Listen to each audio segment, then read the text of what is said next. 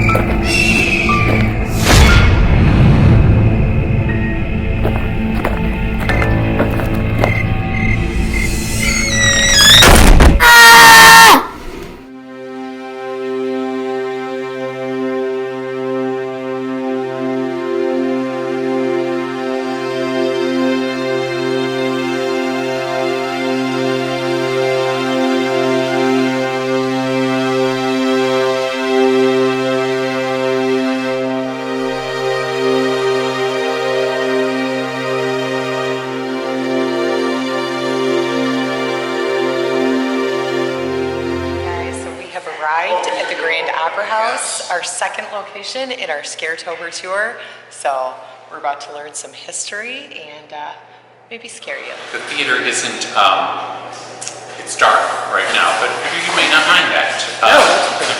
So we can kind of peek in there, but I thought maybe I'd just give you a little overview first. But we opened in, construction started in 1889 and the doors opened on August 14th, 1890 with production of Buset's Carmen Gypsy. It was a touring production that had 60 performers plus orchestra. It was $5 a seat at the time, which would be around $125 a seat by today's standards, and 800 people came. This was the largest of 16 legitimate theaters operating in Dubuque in 1890. Our population then was about 60,000. Our population now is about 58,000. I mean, Dubuque at that period was really an industrial hub. We were quite the booming metropolis. It's also sort of the same time here that a lot of the beautiful houses on the bluffs were built. We showed, in addition to opera, Shakespeare, popular comedies and dramas of the day, and lots and lots of vaudeville. So we had some of the biggest entertainers in the world really performed here. George M. Cohan, Jack Benny, Ethel Barrymore, Lillian Russell, John Philip Sousa, Henry Fonda played Hamlet here in 1923. We hosted the Strauss Orchestra from Vienna. The list just goes on and on. From 1890 to 1928, this was an opera house. So I'm very proud of that history. And then it closed its doors in 1929, or 1928, to rehab into a movie theater, and then reopened shortly thereafter and played movies until 1985, when the Barn Community Theater, when it shut its doors, it was showing dollar movies, you know, and it had gotten pretty run down. The Barn Community Theater was already looking for a new home, and they raised $85,000 and purchased the building in 1986, and we've had live theater here again since 1986. Now, our earliest stories of hauntings come from the movie theater era, really the early 30s in 1928. There was several reports from people that cleaned the theater at night that they would see always two women sitting near the front row on the aisle, you know, and it'd freak them out and they'd call the police and there'd be nothing here. So those were, and maybe we just don't have connection to stories from earlier than that, but those are the first ones that we have had, you know, written accounts of.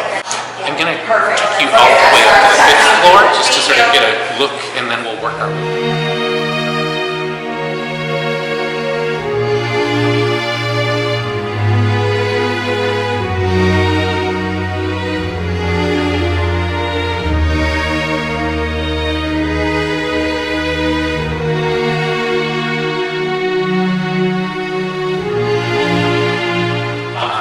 This is the 5th floor? This is the 5th floor. That's not including the basement. So the front of the theater has 6 levels.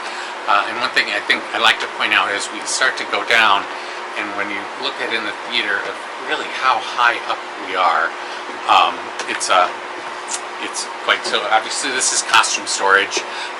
We have had, I think, anecdotally, a lot of people have said this is where they feel the most presence. Yeah. You know, whether it's a chill or a brush or so if they're, we have a lot of people that work up here alone, and so it can be a place, and at least all the people that I've talked to have never felt threatened by a spirit or a whatever.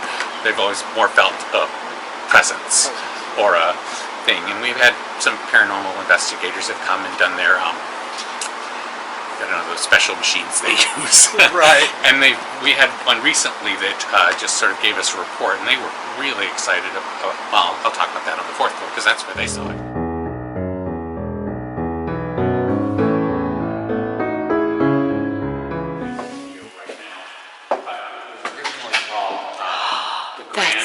So beautiful. It was originally called the Grand Ballroom, and they had receptions up here, and we still occasionally will do that. This is called a marley floor, and it takes a couple hours, but it can be taken up, and there's a beautiful wood floor that's been, I believe it's the original woodwork that's been restored.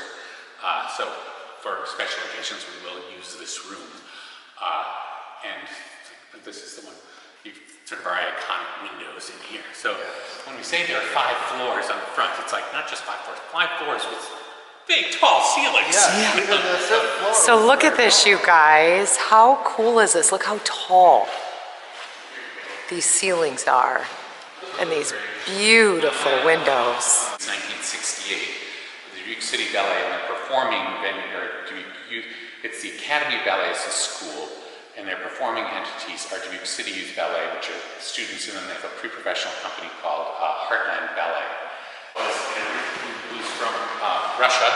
She danced with the Ballet Russe, one of the highest rated ballet companies in Russia, immigrated to America, and then became a principal dancer for Agnes de Mille. So if you know anything about dance, Agnes de Mille in the 30s, 40s, 50s was like as big as it gets.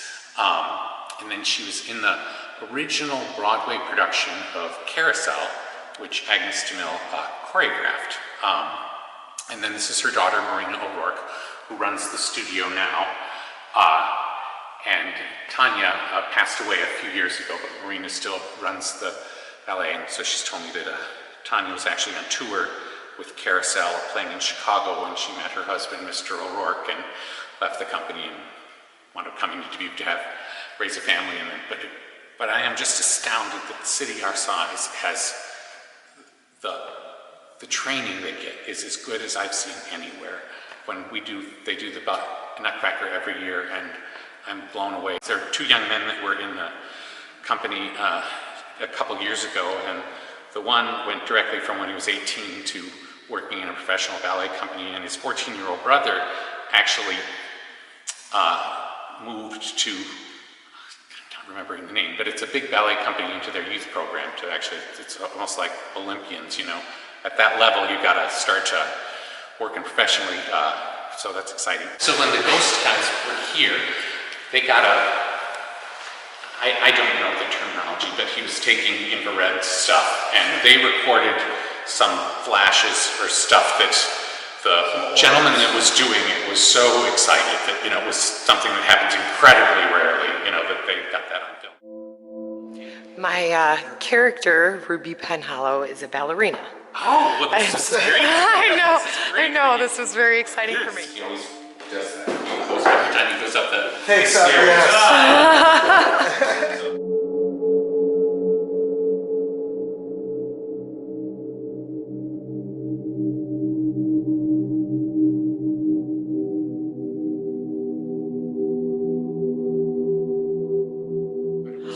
The projection booth, when it became a theater, when the theater was originally built, it had a second balcony, and I think this would have been the entrance.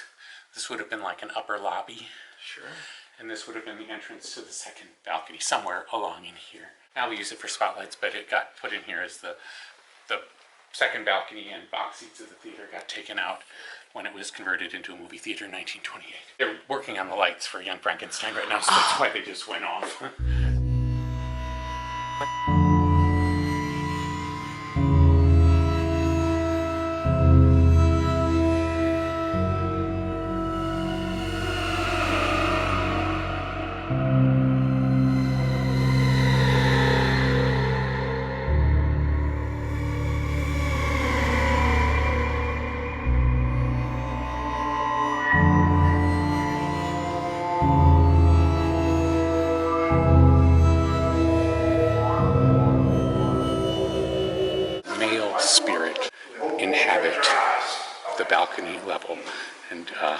people have then said that he's the one that's kind of grouchy.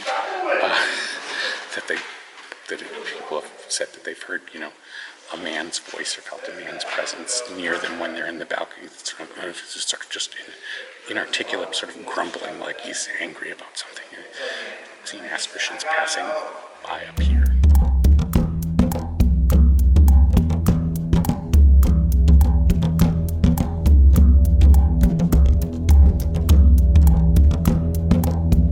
This is the original lighting panel that was used when the theater first opened in 1890. They did have electricity, so that's how the lights were operated. It was obviously backstage.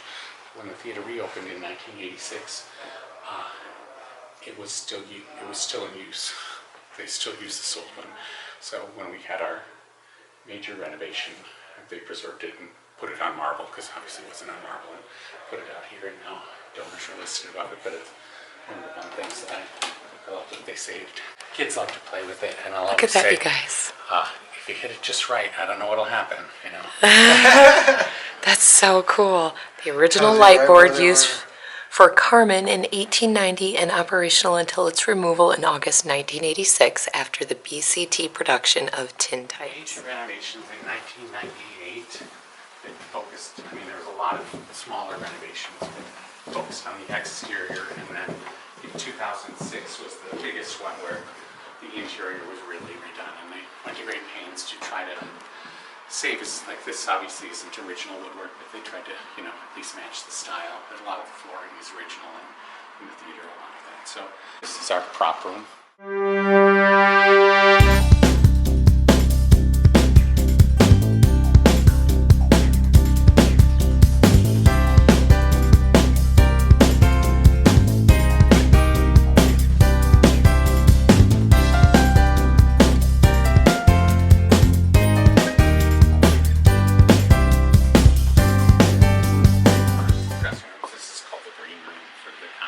I'm guessing that's for tonight? Yes.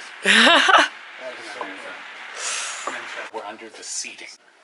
So, like, the slopes down, like, as the seats are at an angle.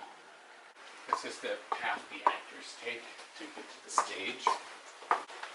It says quiet, please, and watch your head.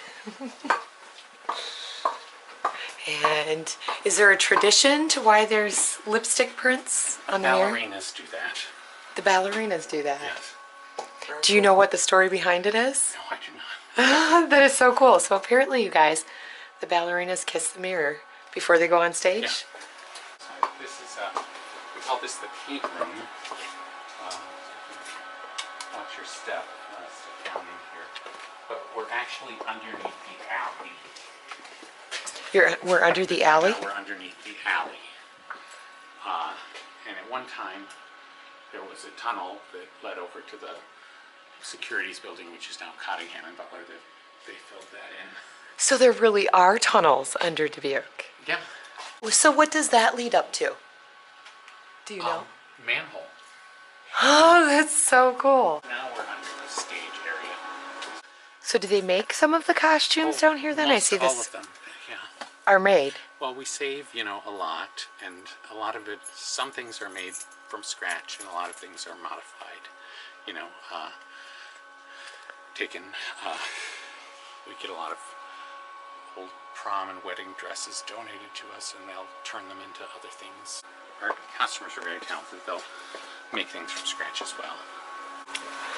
So is this whole area under the stage that we're on? Wow.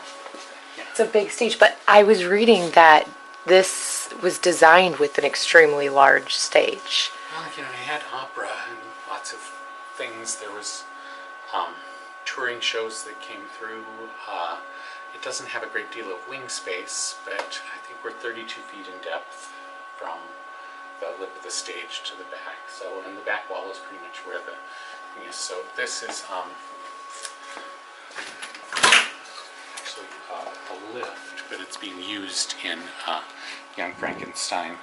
So there's a false roof built on it, so that this whole unit will raise up, and they have a scene, and you know, a setting in there.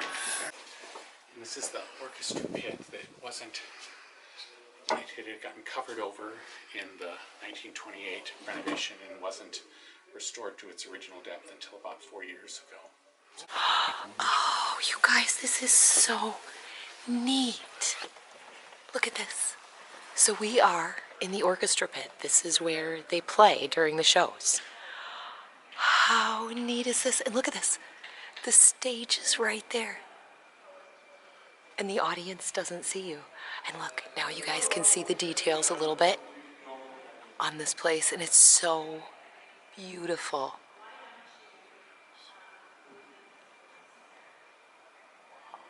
So while we have some lighting, now that you see it in this way, can you imagine some of the ghosts and stuff that would just walk through here and want to stay? It's so beautiful. Why would you want to leave? They're always entertained. And welcome to the stage. So this, you guys, we're on the stage Ruby would have danced on. And people like Henry Fonda. Yeah. Wow. And Benny. Ethel Barrymore, you said? Ethel Barrymore. And for our younger viewers, if you don't know who Ethel Barrymore is, if you know who Drew Barrymore is, then you'll know who Ethel Barrymore is. Great-grandmother. Yeah. Yeah. So here's the set for tonight's show, you guys.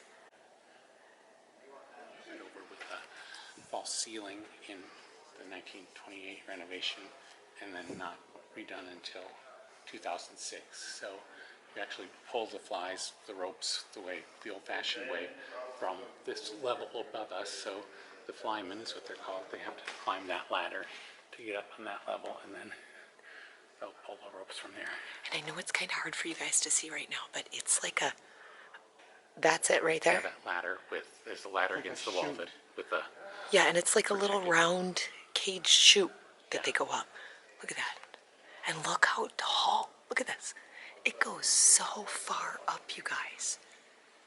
I can't even explain how high up this is. Billy's coming in! so that's some theater tradition. Whenever something is about to fly, you shout it out so that people don't get hit. Village the coming in, village. that's what it meant, is the Yeah, village the village literally was was coming coming in, you guys.